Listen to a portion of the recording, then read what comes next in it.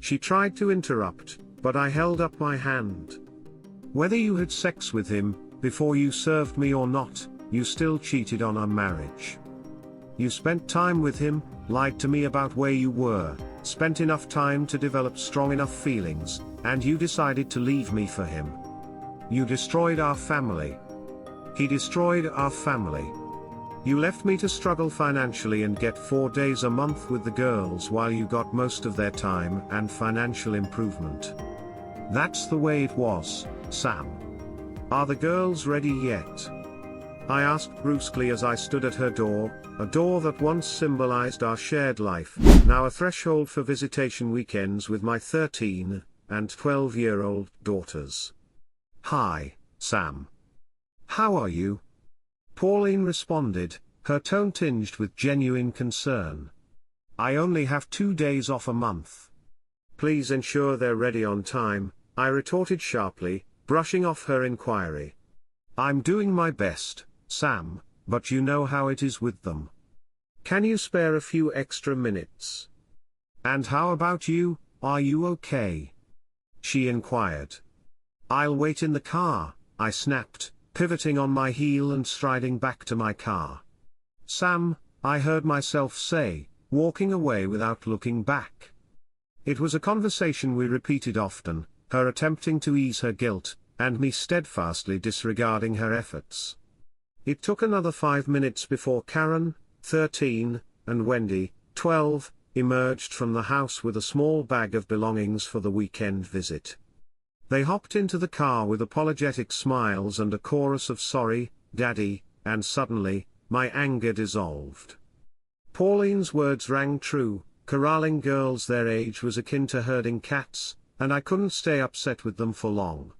Since my time with them was limited to just a couple of days, I aimed to make those moments special, adopting a Disneyland dad approach. I didn't want our precious time together to be swallowed by mundane routines. After catching up on their latest adventures, I prepared to unveil the news they'd been eagerly anticipating, a new Nintendo gaming system. Finally, I was in a position where I could make it happen. I was excited to hear and feel their joy, and I looked forward to making the purchase together. But when I broke the happy news to them, I was disappointed. Oh, it's okay, Daddy, Karen said. Daddy Dave has already taken us out to buy one toy and a bunch more games. I instantly went from disappointment to outrage. Daddy Dave. Goddamn Daddy Dave. If I thought I was on the edge of a precipice before, now I seem to have gained a couple more inches. Perhaps I should explain. Dave had been, I emphasize, had been, my best friend since high school. He was just a regular guy, who had more luck in business than in love. He wasn't a gambler or a womanizer, or whatever the proper term is these days. He just hadn't met the right woman. We met a few of the women he dated, and some of them were very nice, but even I could tell that none of them were right for him. Even though he wasn't a blood relative, my kids started calling him Uncle Dave, and that suited us just fine. Pauline's best friend was Aunt Daphne. They were as close as only siblings can be, and we didn't think twice about anything. I trusted them all like family. I swear I didn't have the slightest idea that anything was wrong. Nothing had changed in our marriage. Our relationship was pleasant and easy, and we still spent a lot of time together. I found this out one evening when I got home on Friday. Pauline had informed me that the children were staying with friends for the weekend, and my first thought was that she had arranged a romantic weekend for us. No. I sat stunned as Pauline informed me that she and Dave had fallen in love, and that I would be served with divorce papers tomorrow. She claimed that they had never had sex, well, not full intercourse, which I didn't believe, but at the same time realized that it didn't matter at this point. She would be staying with Dave that night, and she asked me to find another place to stay starting the next day. I told her to go to hell, and that I wasn't going anywhere. I was wrong. She didn't tell me there was a court order evicting me from the house. There were no allegations of abuse or anything like that. Her lawyer simply asked the judge to award her temporary custody of the kids and the house pending a hearing, effectively kicking me out, and he issued an order to that effect. I didn't fight the divorce but tried very hard to annoy, mostly making outrageous demands, such as full custody of the kids and alimony of 75% of her paycheck. It dragged the case on for a while, but eventually, I got tired of it. Threats of contempt of court for wasting time helped, and I just signed off. I didn't pay child support because our salaries were close enough, but I did have to pay child support, and it took quite a toll on my budget. I lived very modestly to afford to entertain every weekend when I had the girls, which is why I had to take the time to save up for a video game system. I guess if I could look at things objectively, I could recognize that Pauline was trying to be as polite as possible given the circumstances, but I didn't respond well to that. Why shouldn't she be polite? I reasoned she got everything she wanted, including a rich new husband, while I was struggling to make ends meet and getting 4 lousy days with the kids every month. It was simple economics. Pauline and I got along just fine on our salaries. Now, take out my salary, add Dave's much larger salary plus the alimony I was paying, and they were living well, while I was just trying to make ends meet. Pauline and Dave were married 2 months after their divorce. The hardest part was the kids, at least for me. I guess I expected more resistance or something, maybe a little rebellion or "you're not my dad, you can't tell me what to do." But the girls took it all for granted. Dave had been a part of their lives for years, so when he moved into the house and into Mom's bedroom, it hardly confused them. They were even happy that they would now have 2 homes to go to as friends. Pauline and Dave's wedding anniversary was approaching, and since then, I haven't uttered a polite word to either of them, or any word at all that wasn't child-rated. And now, my kids were calling the traitorous daddy. I'm sure I didn't let it affect me over the weekend, but by the time I dropped the girls off at the house, I was seething with anger. I kissed the girls, and they ran into the house, no doubt to play the new video game that was waiting for them. When Pauline opened the door, I said, "I need to talk to you," and I could tell from her reaction that my tone was threatening. I turned and strode away from the house, and Pauline closed the door and followed me. "What's wrong, Sam? Why don't you explain this Dave's daddy crap to me?" I said, and I could tell from her reaction that my tone was threatening. I turned and strode away from the house, and Pauline closed the door and followed me. "What's wrong, Sam? Why don't you explain this Dave's daddy crap to me?" she asked. "They have the same daddy, me. So what the hell is that?" The girls wanted to call him something other than Uncle Dave.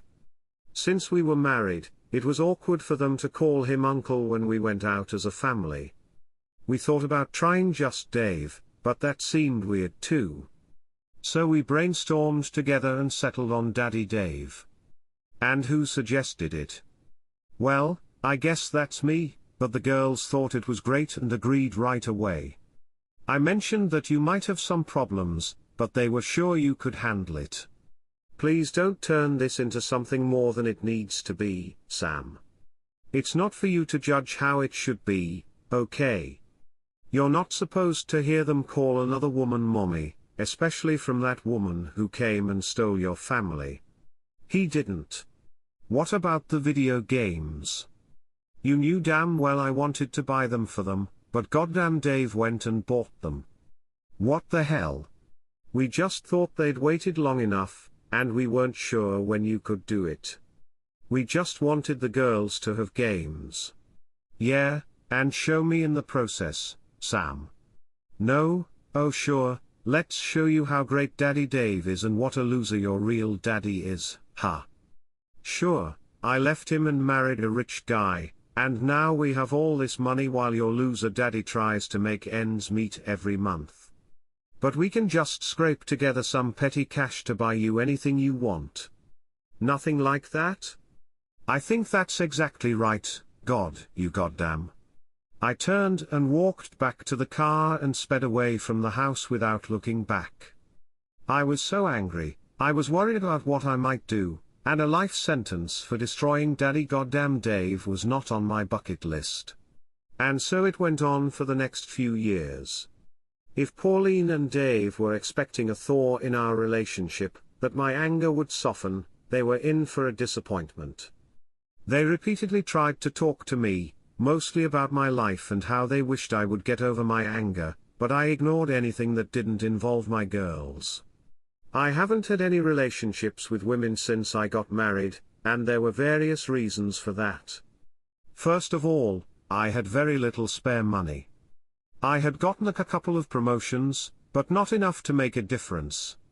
Second, I had a great distrust of the female gender, so I focused on one-night affairs with women who I knew wouldn't be interested in anything long-term. Lastly, I was still very angry at what they had done to me, and even I realized that I would make a lousy second person right now. Bitter, angry, and poor doesn't make women resort, of course. No counseling was ever on my mind. The last straw was the first weekend of June. School had just ended, and I was looking forward to a summer weekend with my girls. Karen was already 15, very mature and responsible, and Wendy was 14, but I still enjoyed every minute spent with them. "Are the girls ready yet?"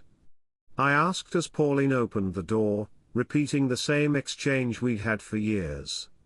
"They're not here, Sam," Pauline said with a look of confusion on her face. "What do you mean they're not here?" I almost exploded. "They were invited to go with Finley to the beach for a week. They left this afternoon." "They sent you a letter a week ago?" "Yes, and I sent them a reply saying it was my weekend and I'd be there to pick them up." "Did you let them go?" "Of course. It's not my place to stop them." "No. Why miss the opportunity to screw up your life even more?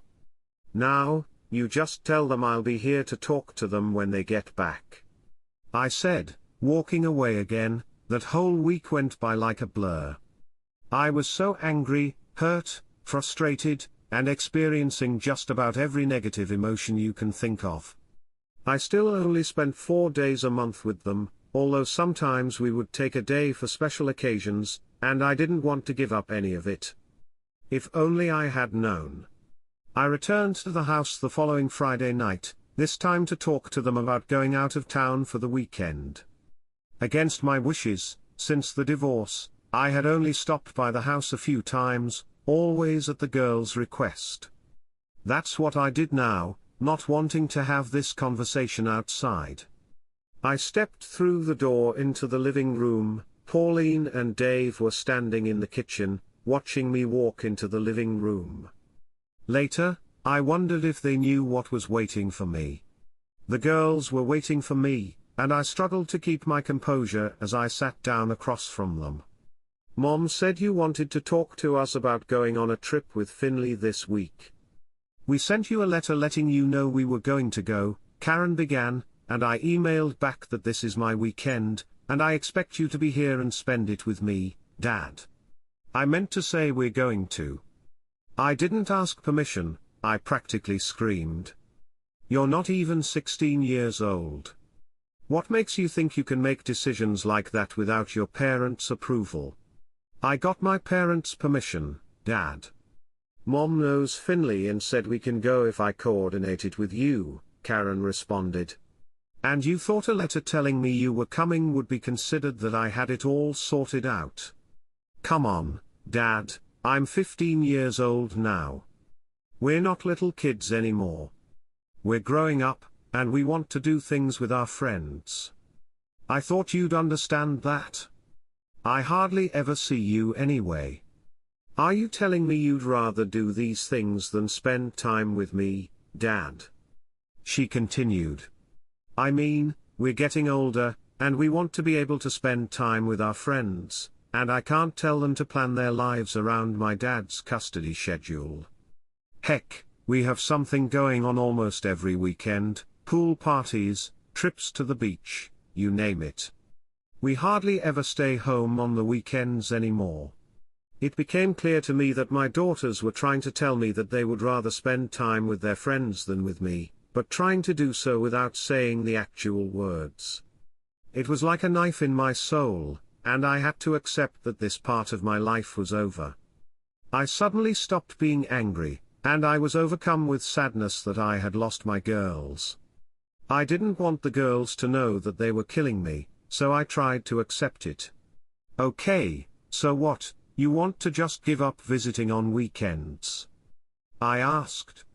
I thought I heard a small sigh from Pauline's side, but the girls didn't react in any way, so maybe it was my imagination. We're just really busy these days, Dad. I'm sure you remember how it was. That doesn't mean we don't love you, Karen replied. That's exactly how it was, 4 lousy days a month, and they couldn't even manage that. The rest of the time, they had Mom and Daddy goddamn Dave. There was no room for me anymore. I didn't expect my fatherhood to end when the girls became teenagers, but it did. Sure, girls, I got it. We'll get the visits over with, and you guys have fun, I said. They both jumped to their feet and enclosed me in a hug. Thank you, Dad. I knew you'd understand, they said, running to their rooms. It didn't matter anymore, did it? In their innocence, they had no idea what they'd just done to me. My place in their lives was gone. I stood up and headed for the front door. Pauline moved toward me. Are you okay, Sam? She asked. I tried to straighten up, to pull myself together. I'm sure I failed, but I tried to make a brave face. Yeah, that's fine. It's actually going to free me up for some opportunities I've been putting off. I have a buddy in North Carolina who's been trying to get me out there for a few years now, I replied. I headed for the exit, and it seemed to take Pauline a moment to realize my words. She closed the door quickly and tugged on my shoulder to turn me toward her. Wait, Sam, you didn't say you were moving to North Carolina, did you? Yes, of course. Why not? You've heard them. They haven't needed or wanted me for years, thanks to you. And now, they don't need me at all anymore. This is just the end result of the events you set in motion, Pauline. There's nothing here for me anymore, no one who needs me. You abandoned me, and now they've abandoned me. You two are their parents now. I'm out of their lives. Congratulations, you win, I said, tears welling up. I needed to get out of there. I couldn't think of anything more humiliating than to burst into tears right now in front of the two people who ruined my life. I quickly walked out the front door and headed to my car. It took me until the last minute to get the key into the socket, no fancy remote locks for this guy. Perhaps it was the tears that made it difficult. Sam, wait, I heard Dave's voice behind me, and then his hand laid on my shoulder. I didn't say a word. I just turned around and punched him hard in the jaw, and he fell, but he didn't pass out. God, I've waited so long for this moment. Pauline rushed over to him to make sure he was all right while I rummaged through my keys. Again, Sam, don't do that. They're just at that age. They still love you and still need you, even if they don't realize it now. If you leave, it will devastate them. What do you want me to do, Paulie, huh? Sit in my shitty one-bedroom apartment waiting and hoping my daughters make time for me? Or, more likely, be their backup plan if there's nothing to do on the weekend? It's not going to be like that, Sam. Of course it will. You heard the same conversation I did. All I was looking forward to was their visits, and now that's gone. You're going to break their hearts. I doubt it. But even so, at least I won't be the only one anymore, Sam. You saw how relieved they were that they wouldn't have to come visit me for the weekend anymore. Honestly, I doubt they'll even notice, at least for a while. Sam, please don't do this. I never wanted this. Maybe, maybe not. It doesn't matter. Maybe I'll see you again someday. Finally, I unlocked the car door and opened it. Dave finally got to his feet, and they both stood with a suitably mournful expression on their faces, though I doubted they meant it. I got into the car, pausing before closing the door. I looked at them one last time. "Take care of my girls." They both nodded slightly and watched me pull away. I wondered if they would say anything to the girls. I hoped they wouldn't. I didn't want them spending time with me out of pity or obligation. Apparently, it was time to go our separate ways. The hardest thing about breaking up a family is the end of dreams.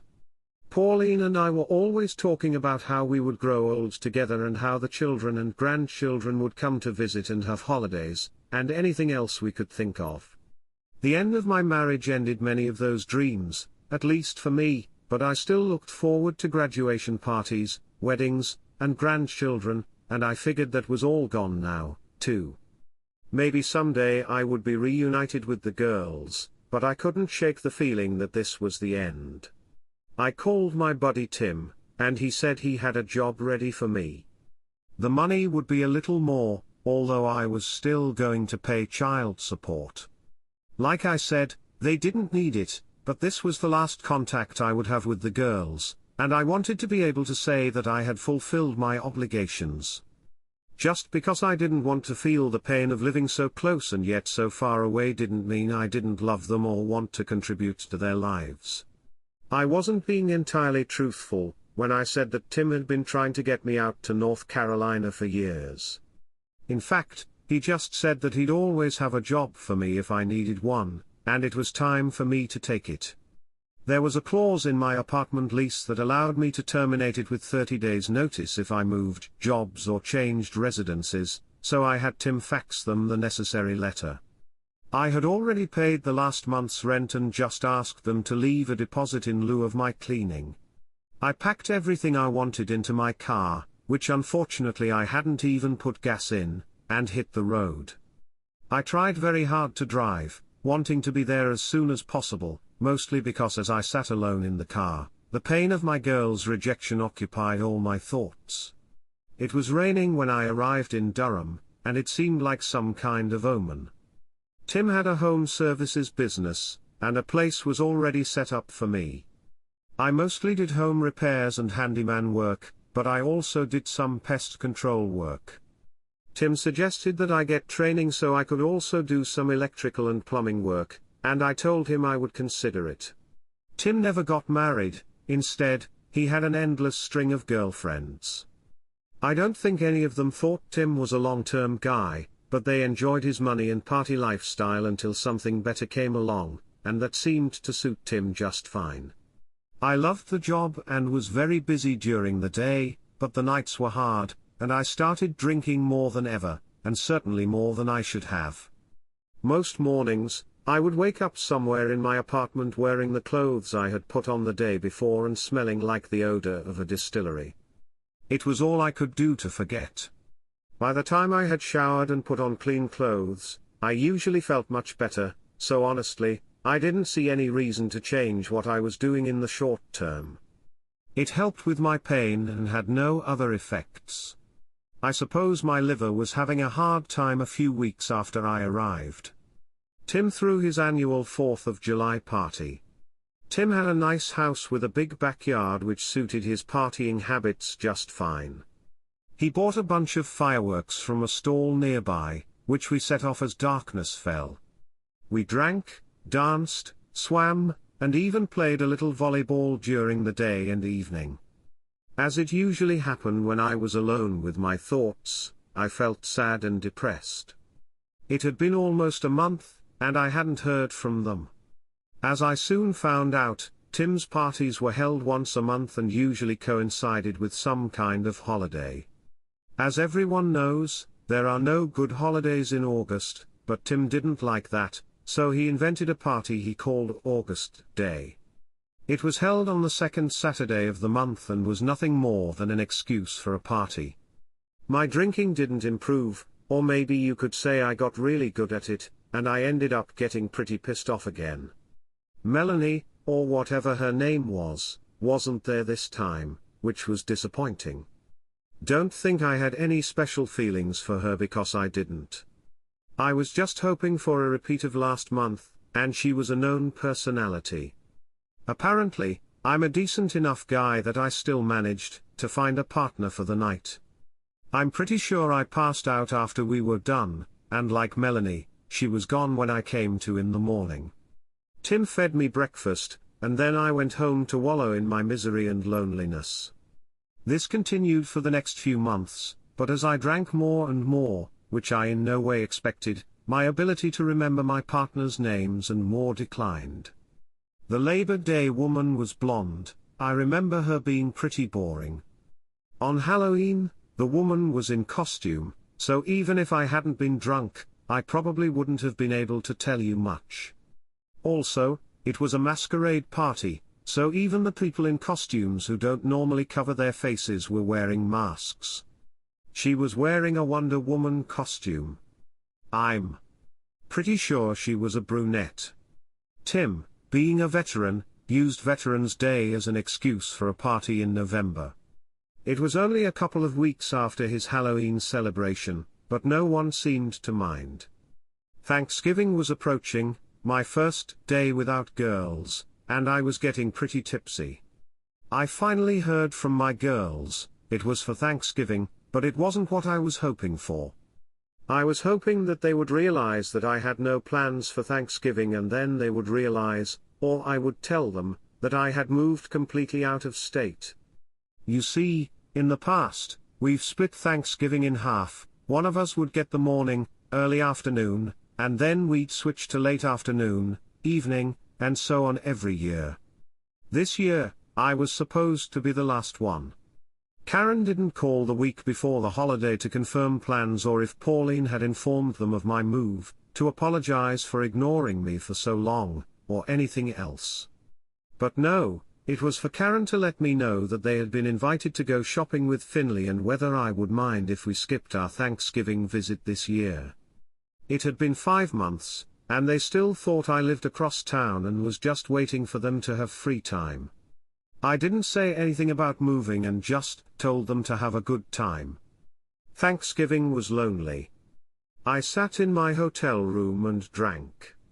Tim tried to talk me into coming to his place, but I couldn't stand the thought of being around a bunch of people, and none of them were my family. I went to the hotel, knowing or at least expecting that they would try to talk me into coming over, so I made sure I couldn't be found.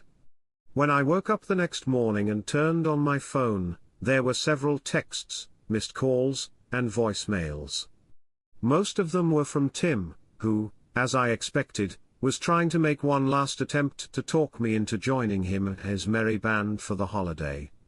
There was a call from my daughter Karen's phone, and the attached voicemail message was a cheerful Happy Thanksgiving from her and Wendy, and another thanking me for letting them go shopping. The last call had been from Pauline, and she had left a voicemail that I was more than sure I didn't want to hear. Of course, as a glutton should, I listened to it anyway. Sam, it's Pauline. I know we haven't talked in a while, mostly because I assumed that's what you wanted. But I know the holidays can be hard on those away from family, so I wanted to check in on you. I know the girls called you. I'm sure you can tell they haven't realized yet that you have moved. Please remember that they are still kids and are very busy doing important things for teenagers. They still love you very much. I know you don't really want to talk to me, but please let me know you are okay. An email or text is fine. Let me just say again how sorry I am for how things turned out. I guess that's it. Please, Sam, please let me know you're okay. I made sure all messages and emails were deleted and then sent a quick message to Pauline to let her know I was alive, even though it wasn't the same as being okay. I really didn't want to do that, but it was easier than dealing with what might happen if I didn't respond. I didn't feel like doing anything else, so I opened another mug of beer. The pain wouldn't go away completely, but I didn't mind waiting a little longer. For the next few weeks, I could barely stay on my feet. If I wasn't working, I was drinking or passing out from drinking. Somehow, I managed to stay sober long enough to work, but sometimes it was very difficult. As Christmas and New Year's Eve approached, which was the first time I was going to celebrate without my girls, depression started to set in. No one had ever felt as bad as I did or gone through what I went through, at least in my imagination. Sure, people had been through much worse than I had, but that didn't stop me from feeling like I was worse off than anyone else. The call I had been waiting for and anticipating for as far back as last month finally rang. First, the girls whose call I hadn't answered called and asked about Christmas plans. Since the divorce, we have alternated between Christmas Eve and Christmas Day. This year, I was supposed to be on Christmas Eve, and they left me a message to confirm. I took a couple of days to get emotional and call them back and set up the confrontation that had been brewing for the past 6 months, but a call from Pauline interrupted my intentions.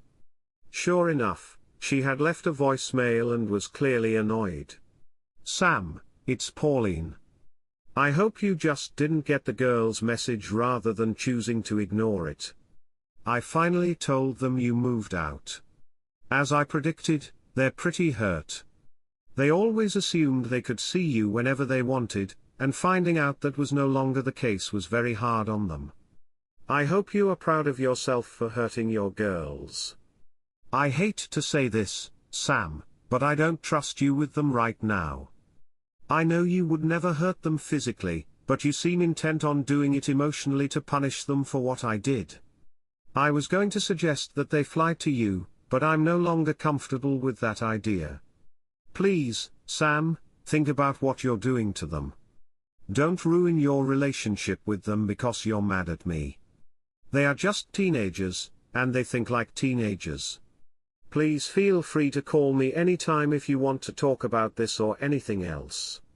Merry Christmas, Sam." "Goddamn," I muttered, alone. I had a couple more beers and called back. "Sam, you goddamn," I wheezed.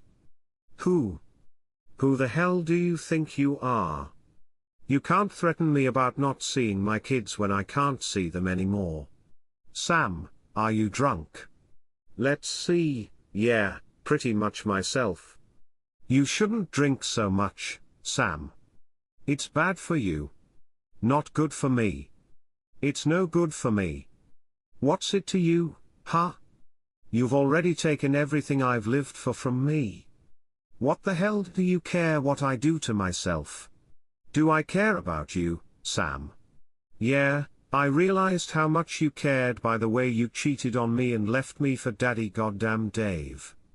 I realized how much you cared when you let the kids leave me. I didn't do anything like that, Pauline. Bull. You sent them on my weekend so they know they never have to see me again. You're a lying, manipulative, worthless cheater who doesn't care about me." I heard her take a deep breath. "Sam, I realize you're drunk and angry, so I'm not going to engage in a conversation with you. Why don't we continue this conversation when you've had a little less to drink? Who are you to judge me, huh? Who the hell are you anyway? You're cheating on me. I'm hanging up, Sam. With my best friend kicking me out of the house and draining me of every penny and then judging me, you've got a bloody nerve, Pauline." "There was no one there?" She hung up. Damn. I spent Christmas alone. I spent almost the entire day lying in bed. I tried to occupy my thoughts with various sports on TV, but all the graphics on the screen reminded me that it was Christmas, which only made me more depressed and led me to consume even more beer. I woke up during the Lakers game, either falling asleep or passing out. I smiled as I watched the Lakers lose to the Rockets by 20 points and then passed out again. In a service company like Tim's, you don't get a lot of free time. We can't just close for the holidays like some companies. Tim's was contracted by a mortgage company to repair a home that had been destroyed by the owners after being foreclosed on. There were several of us, including plumbers and electricians. I helped with the drywall work, and it was a fun couple of days. These guys knew how to crack jokes for all kinds of reasons. It was even nice because when I had worked with the other guys in the last few months, they seemed kind of aloof and withdrawn, like they had a hard time accepting me. I thought maybe it was because Tim and I were friends before I came to work here, but these guys were really nice, and I enjoyed their camaraderie.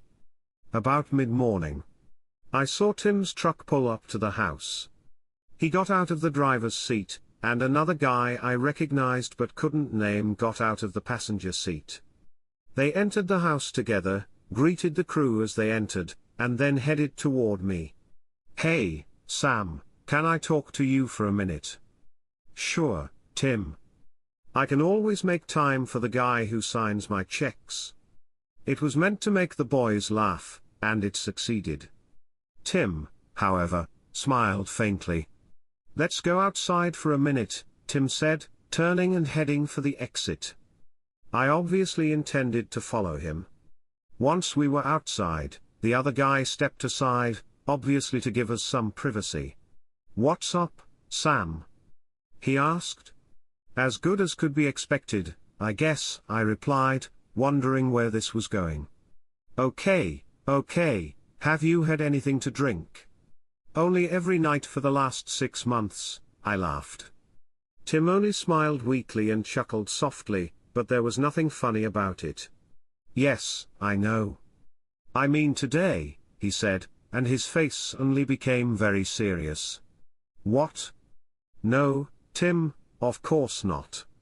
"Great, I'm glad to hear that. But do me a favor, blow into this." He pulled a small white device out of his pocket and held it out to me. I looked at him wearily. "What's that?" "It's a breathalyzer. I just need to make sure." I looked back, the other guy was looking at me, as were my co-workers when I looked back toward the house. Though their faces had suddenly disappeared from the windows. I guess I wasn't as one of the guys as I thought I was. Tim had no reason to be here unless someone ratted me out. "Well, I may have had a beer this morning," I hesitantly replied, knowing he wouldn't be happy about even that. "Oh, that's not so bad then," he replied, holding out the breathalyzer again. Realizing that there was no way to avoid it, I reluctantly took the device and blew into it. I didn't know what the end result would be, but I knew it wouldn't be good. Tim took it from me and looked at the display. The small smile on his face immediately disappeared. "You failed, 0.04, Sam. That's more than a beer this morning." "Yeah, okay, but I'm not even close to being legally drunk." "That's for driving, Sam. But if something happens on a construction site and Asher comes and checks you out, they'll find you're under the influence of alcohol, and I'll get nailed. Not to mention the potential liability if someone gets injured." "Tim, I'm fine." "You're not. What you do at home in your personal life is your business. But when you bring it here and put me and my staff at risk, it becomes my business. I want your keys." One of the benefits of working for Tim was the use of company cars.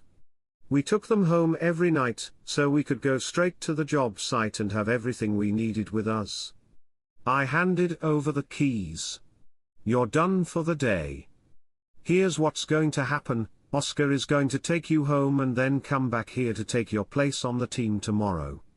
Instead of coming here, you'll come to my office, and we'll talk about it." I just stood there, humiliated. But instead of remorse and regret, I started to get angry. I was perfectly fine, I didn't need to be sent home like a sick child. It was, and I didn't need it. "You know what, Tim?" I said, pulling the helmet off his head and shoving it into his torso. "Screw you. I don't need this. Just keep it." I pulled away from him and walked to my truck, climbed into the passenger seat, and waited for Oscar to take me home. He silently climbed into the driver's seat and started the car. We drove to my apartment in silence, except that I mumbled some instructions to him. When we got to my apartment, I thanked him quickly and slammed the door shut. Holy crap, I was so pissed off. I felt fine and had no problems whatsoever. One of those must have called Tim and reported me. Screw them. I don't need other people judging me and my choices. I opened the refrigerator and saw a stash of beer. Perfect timing, I thought. I didn't have to go to work tomorrow.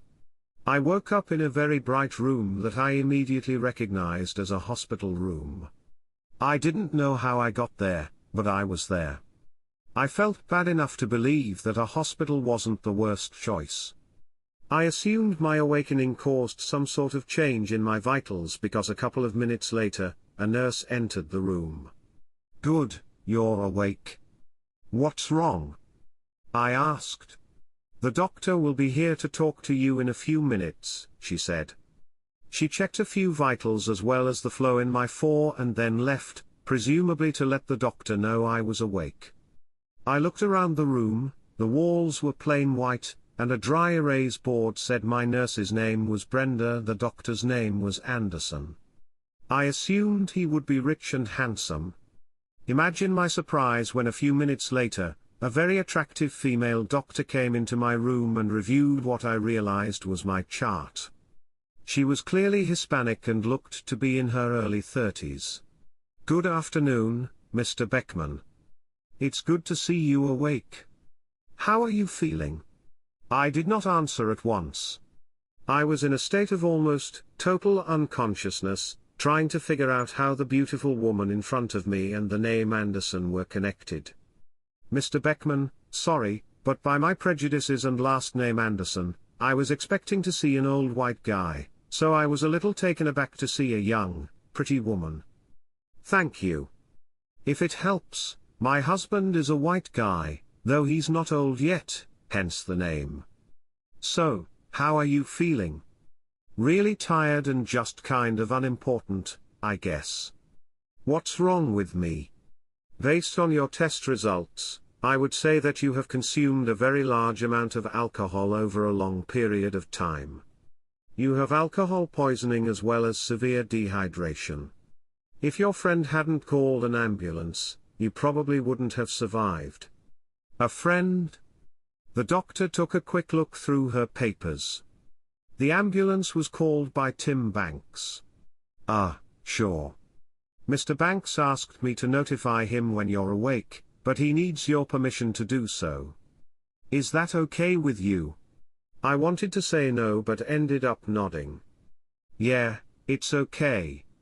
We're going to leave you here for observation for a couple of days.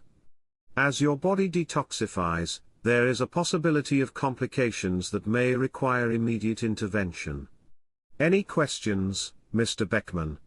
"I don't think so." After giving instructions to rest for a while, Dr. Anderson left my room, and I was left alone. I turned on the TV, mostly for background noise, and got comfortable to try and relax. I felt fine, so I doubted I'd need a couple of days, but who was I to argue with a pretty doctor? About an hour later, there was a knock on my door, and it opened a few centimeters. I heard a man's voice. "Are you dressed, Tim?" "Yes." He entered the room with his laconic gait.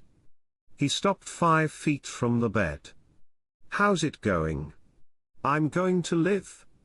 "I haven't decided if that's good or bad yet," I replied with a half smile on my lips. "I suppose a thank you wouldn't hurt." "You don't have to, Sam. You can thank me by getting well and getting back to work." I didn't think I still had a job. "What, you think you're the first employee to tell me to back off?" "Sam, we've been friends for a long time, and I'm doing everything I can to help you through this. I don't agree with all of your decisions and frankly, I don't think the bitching is worth it. My advice, on a dime, is get off your ass, get your shit together, and rebuild your relationship with your kids.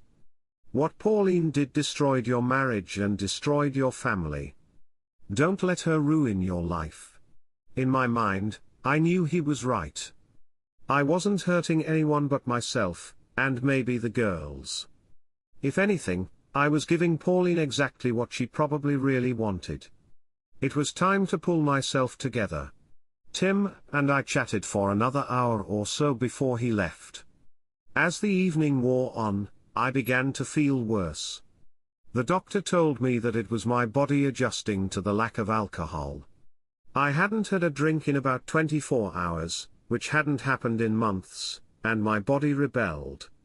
I realized how sad it was. I survived the night and checked out the next day. I was given several referrals to counselors, psychiatrists, rehab, and I kept them handy, but I really felt like I had already hit rock bottom and didn't need them. I felt like the kick in the ass Tim had given me and the wonderful hospital experience I had just had would be enough to get me on track. I stayed at work for a couple more weeks. Tim was sympathetic both to the fact that I needed a vacation and to what I had told him that day. I had saved enough, so the financial blow was manageable, and when I returned to work, I was happy to get back to work. The next couple of months went smoothly. The Martin Luther King Jr. Day party at Tim's place was fun, and I didn't take a single drink.